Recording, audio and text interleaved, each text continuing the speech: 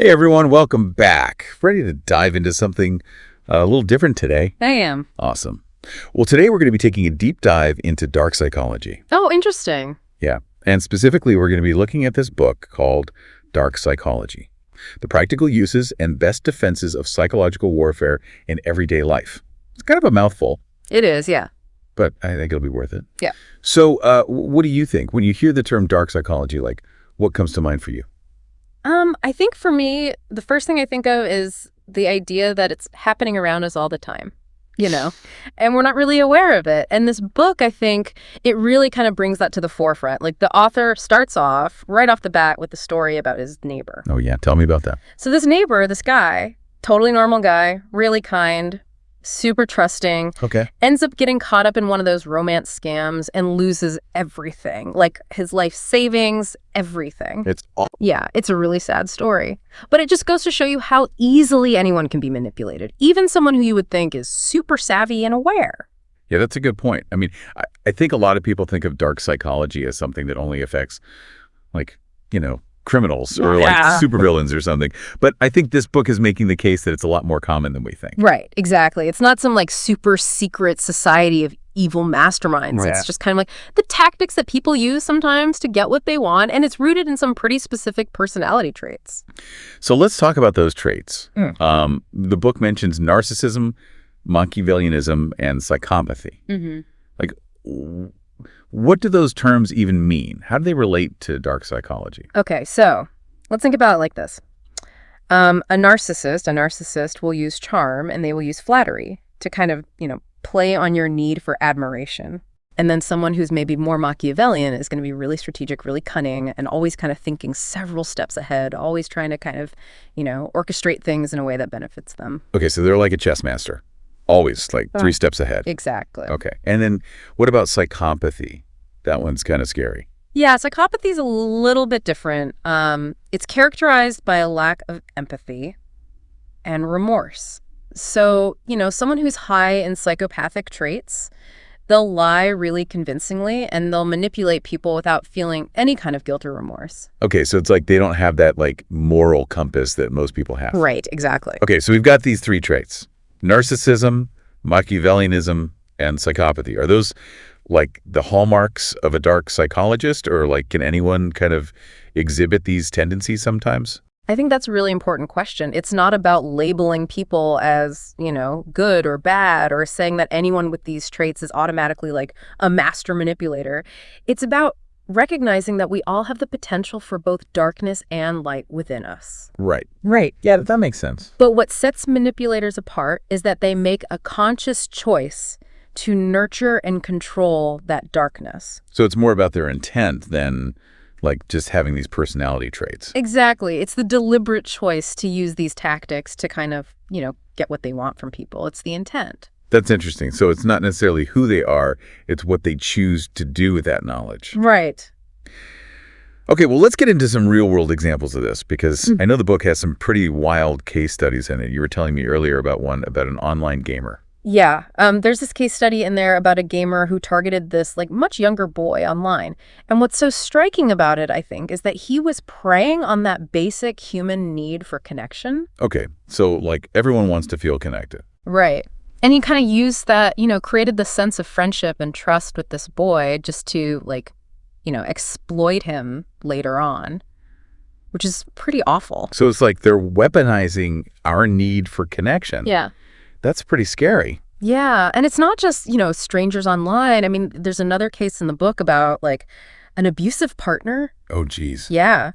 And this partner systematically breaks down the victim's self-esteem and isolates her from her friends and family. Okay, so it's like classic control tactics. Classic control tactics makes the victim completely dependent on the abuser, which is, terrifying, honestly. Yeah. It's like making them feel like they have no one else to turn to. Exactly. So they have to rely on the abuser for everything. Yeah. That's awful. I'm glad that the book also talks about like our human need for connection, because it is something that we all crave. Right. And even just like short periods of isolation can have a huge impact on our mental health. It really can. It can affect your anxiety, your productivity, all sorts of things. So our brains are literally wired to seek connection. But I'm guessing that also makes us vulnerable to these dark psychology tactics. Oh, yeah, absolutely. I mean, you see it all the time, like the desire for love and belonging. It can be exploited in some really messed up ways. So, like, how does this actually play out in, say, relationships? Like, what are some examples of dark psychology in action? Well, there's some interesting examples in the book. One is there's a woman who uses positive reinforcement. Okay. And in this case, it's sexual attraction to kind of, manipulate her partner into doing chores around the house. So, like, if you do the dishes, Exactly. I mean, that one doesn't seem that bad, Yeah, right? yeah, it's a little bit of a gray area, right? Right. I mean, is it really that harmful? I don't know. But it shows how easily, I think, our desires, even seemingly harmless ones, can be kind of leveraged and used against us. Okay, so maybe that's like dark psychology light, Right. but then there's also, the darker side of it. Yeah, the darker side. So the book, it talks about a man who intentionally breaks down his partner's self-esteem and isolates her from her friends and family as a way to control her. So both of those examples are using manipulation, but with obviously very different outcomes. Right. And it just goes to show you that you need to be aware of those dynamics, even in our most intimate relationships. Right. Because sometimes it can be the people closest to us who, take advantage of that trust and exploit our vulnerabilities. Yeah, absolutely. So we've talked about relationships, but like, what about in a broader societal context? Like, does our fast-paced, tech-driven world make us more susceptible to these kind of manipulations? I think that's a great question. And you'd think that like being smart or, informed would somehow protect you from this, but that's not always the case. Like the book talks about Ponzi schemes. Oh, yeah. Which is just fascinating. They prey on our desires, especially like that desire for wealth, that desire for, quick and easy solutions. So how do Ponzi schemes tie into dark psychology? Well, okay, so think about it. Like these schemes, they always start with what seems like a legitimate business venture. Okay. That promises huge returns on investment. So it seems too good to be true, basically. Right, exactly. And then the first few investors, they actually get paid out. So it seems legit. Yeah. And then they tell their friends, they tell their family, oh my God, you got to get in on this. Right. And then it just snowballs. It snowballs from there. And because people trust their loved ones, right, Yeah. they invest. And it just creates this chain reaction of deception. So it was like preying on that like social trust network Exactly. and on our desire for easy money. And of course, eventually the whole thing collapses. And everyone loses out. Everyone at the bottom of the pyramid loses everything. So it's not just about being greedy or gullible. It's about how those desires are manipulated by people we trust. Exactly. Okay. And the book draws a parallel between Ponzi schemes and social media. That's interesting. It is. Tell me more about that. Well, think about how much of our lives are online now. Right. We connect with people, we share our thoughts and feelings, and we seek that validation through likes and comments and all that stuff. Right. But that need for connection, it can be exploited. So you're saying our desire for online validation can make us vulnerable to manipulation. Absolutely. Interesting. And it's not just about falling for scams either. It's about how our online interactions can actually shape our perceptions, our self-esteem, our real-life relationships. That's it. Like we're trading genuine connection for the illusion of approval. Exactly. And then that can make us vulnerable to, all sorts of things like targeted advertising that plays on our insecurities or, influencers who are promoting lifestyles that may not be authentic. Yeah, it's definitely something to be mindful of. So we've talked about personal relationships and societal context. What about the workplace? Like, is that a breeding ground for dark psychology? Oh, absolutely. Think about it. In the workplace, there's all this pressure to conform, to get along with your colleagues, avoid conflict. Right. I think we've all been in situations where, like, we felt pressure to agree with someone at work, Exactly. even if we had doubts. Exactly. And manipulators are experts at using that to their advantage. They'll sow discord among colleagues, Oh, wow. turning people against each other to gain influence. So it's like a divide and conquer strategy. Exactly. There's this example in the book of, someone intentionally poisoning the relationship between like a person and their peer. Oh, wow. And it leads to emotional fallout for both of them. That's awful. Even if they were once close. It's pretty insidious. It really makes you think about those power dynamics at play Right. and how our desire to be liked and accepted, it can be used against us. Absolutely. So how do manipulators use emotions against us? Well, it's not mind reading, but they're definitely tuned into our vulnerabilities. There's this really interesting anecdote in the book about this tribe that lets babies crawl towards a fire. Wait, what? Yeah. That's a little intense for a learning experience. Right. It's not your typical parenting method. No, it's not. But the point is, we all have emotional scars Right. that shape our reactions. Yeah. And those scars can become a roadmap for manipulators. So it's like they're figuring out our triggers and using them against us. Exactly. Okay, so I'm guessing this ties into marketing and advertising as well. Oh, yeah, absolutely. Think about those commercials that try to sell you a lifestyle, not just a product. Right. They're tapping into your emotions, your desires. It's like that classic example of like the BBQ grill ad that's not really selling you a grill. Right. It's selling you the image of like a happy family gathering. Exactly. And it's effective because it bypasses our rational mind and it speaks directly to our emotions. Okay, so this is all starting to feel a little overwhelming, honestly. Like we're surrounded by all these subtle forms of manipulation and we're just totally oblivious. I know, it can be a little unsettling at first. Yeah. But the good news is, once you start to understand these tactics, you can start to recognize them and you can start to protect yourself. Okay, that's good. So we've covered a lot of ground. We've talked about what dark psychology is, how it shows up in different areas of our lives, what makes us vulnerable to these tactics.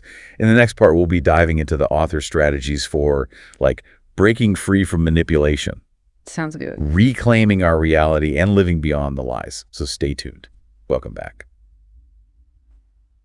So in part one, we kind of, delved into the dark side a bit, looked at how these manipulation tactics can really infiltrate our lives. Yeah, we talked about some pretty unsettling stuff. Yeah, definitely an eye-opener. But I'm ready to move from understanding to action. Okay, yeah. So what are some practical steps we can take to, break free from these manipulative patterns and, reclaim our power? Okay, so the author of Dark Psychology, he's got some really empowering strategies for this. Okay. And he emphasizes that the first step, it's probably the most challenging one. Okay, what is it? You have to acknowledge the lies that we tell ourselves. The lies we tell ourselves. What do you mean? So sometimes the most dangerous lies, they're not the ones that other people tell us. They're the ones that we whisper to ourselves. Okay, I think I see where you're going with this. It's like we're our own worst enemies sometimes. Exactly. And the book, it talks about how this self-deception often shows up as denial and rationalization. Okay, so denial, that's like when we just pretend the problem doesn't exist. Right. Like ignoring those red flags, pretending everything is fine when it's clearly not. So we're just burying our heads in the sand. Exactly. And then you have rationalization, Okay. which is how we kind of explain away those red flags. We come up with all these justifications for why we should stay in a situation even when our gut is telling us to run. It's like we build our own mental prison and then hand the manipulator the key. Yeah, it's really common too. Like the book gives examples of people staying in bad jobs or relationships. Right. We tell ourselves things like, oh, I can't find anything better, or I've invested so much time, I can't give up now. Right, we cling to those familiar patterns even when they're hurting us. Exactly. So how do we start to challenge those internal narratives? It's about asking ourselves tough questions and really listening to the answers. Okay. Not just the ones that we want to hear. So it's about getting real with ourselves. Brutal honesty. Yeah. Okay, so let's say we've done that. We've acknowledged the lies. Now, how do we actually break free from this manipulative hold? The author makes this really powerful point. He says, manipulators, they want us to feel powerless, but we always have a choice. Even when it feels like we're trapped. Even when it feels like we're trapped, we might not be able to control the other person's behavior, Right. but we can control how we respond. And he gives this really great call to action. He says, embrace your emotions, choose to want better for yourself, and recognize that you are enough reason to change. I love that. It's like taking back your power. Yeah, exactly. And using your voice. Okay. Don't be afraid to speak up, to set boundaries, to demand the respect you deserve. That can be so hard, though, especially if you've been, conditioned to please others or to avoid conflict. I understand that. It takes practice. It takes courage. Right. But it's so essential because if you don't set boundaries, you're basically giving other people permission to just walk all over you. Yeah, you're basically saying, hey, treat me however you want. Right, exactly. Okay, so acknowledge the lies, reclaim your power, use your voice. These are all great steps. But what if someone listening is actually in a manipulative situation right now? Okay. What can they do? Okay, so the book outlines a few practical strategies. And the first one, this is crucial, Reach out for help. Don't go it alone. Don't go it alone. Trying to navigate that kind of situation by yourself, it's so difficult, and it can actually be really dangerous. Right. There are resources available, like, local organizations that support victims of abuse. Okay. And they can provide guidance, counseling, a safe space to process what you're going through. Okay, so reach out. You're not alone. Exactly. And then the next step is to get out of the situation if you can. Okay. Or at least create a safety plan. So safety first. Absolutely. So if you can't leave right away, start planning. Like, who can you reach out to? Where can you go? What resources are available? Having a plan in place can give you that sense of control. Okay, that's a good point. And I know the book also mentions confronting the perpetrator. Yeah. But there's a caveat there. Yeah. Confrontation, it can be really empowering, but it's so important to choose the time and place carefully. Yeah. And you might need to involve the authorities. Right. It's not about revenge. It's about setting boundaries. And holding them accountable. Holding them accountable for their actions, yeah. And sometimes that means getting law enforcement involved or legal professionals. Like, the book gives examples of online scams and social media investigations, gathering evidence, involving the authorities. That can be crucial in stopping the perpetrator and protecting others from becoming victims. So escaping the hold of manipulation, it's a process. It is a process. And often requires, seeking support and taking action. Right. But what about the aftermath? Like, what about healing? That's just as important, if not more so. The author really emphasizes that. Therapy, counseling, support groups, those can be crucial for processing the trauma and rebuilding your sense of self. So it's about addressing those emotional scars. Yeah. Reclaiming your power. Yeah, and it's about learning to trust yourself again. Okay. Because after being manipulated, a lot of people start to doubt their judgment, doubt their instincts. Right. It can really shake your confidence. Yeah. So it's not just about escaping the situation. It's about rebuilding your life in a way that feels safe and empowered. Okay. And that's what we'll be looking at in the final part of our deep dive. We'll explore how to use this knowledge to build stronger, healthier relationships in all areas of our lives. Welcome back. So we spent the last two parts of this deep dive, really kind of going deep into the dark side of human behavior. Yeah, it's been pretty intense. Yeah. But honestly, I feel like I've learned a lot. Like, I'm definitely more aware of these manipulation tactics now. That's great. I think that's the goal, right? Yeah. It's not about becoming paranoid, Right. It's about having those tools to spot the patterns. Exactly. Understanding dark psychology, it's not about, being suspicious of everyone. It's about navigating relationships with more awareness. Right. So in this last part, I really want to focus on how we can use this knowledge to build stronger relationships. Like, how do we do that without, constantly second-guessing everyone's motives? Well, the author talks about that. Mm-hmm. And he says just because you understand these tactics, it doesn't mean you have to, shut people out. Right. Avoid relationships altogether. Yeah. It's not about becoming a cynic. Right. It's about finding that balance between awareness and openness. Okay. So how do we strike that balance? Well, he talks a lot about self-awareness, Okay. reflecting on our own vulnerabilities, our past experiences, Right. the patterns we tend to fall into. Because sometimes it's our own insecurities that can make us more susceptible to manipulation. So understanding our own triggers. Right. And it's about, being mindful of the people we surround ourselves with. Okay. Are they supportive, respectful, or do they drain our energy and make us feel bad about ourselves? Yeah. Sometimes we need to take a hard look at our relationships and ask, is this really serving me? Exactly. Okay, but what about that gut feeling, that intuition? Right. How do we know when to trust it? Especially if we've been wrong before. That's where discernment comes in. He encourages us to pay attention to those subtle cues, those red flags. Red flags can be so subjective, though. Right. What might be a warning sign to one person might be totally normal to someone else. That's true. It's important not to jump to conclusions or overanalyze every interaction. But if you consistently feel uneasy around someone, if their words and actions don't align, if they cross your boundaries, those are signs to pay attention to. So it's about trusting that inner voice, but also being open to the possibility that we might be misinterpreting things. Right. It's about finding that balance. Okay. So self-awareness, trusting our intuition, being discerning in our relationships. What about communication? Oh, communication is huge. The author is a big advocate for clear, assertive communication. Okay. He encourages us to be upfront about our needs, our expectations.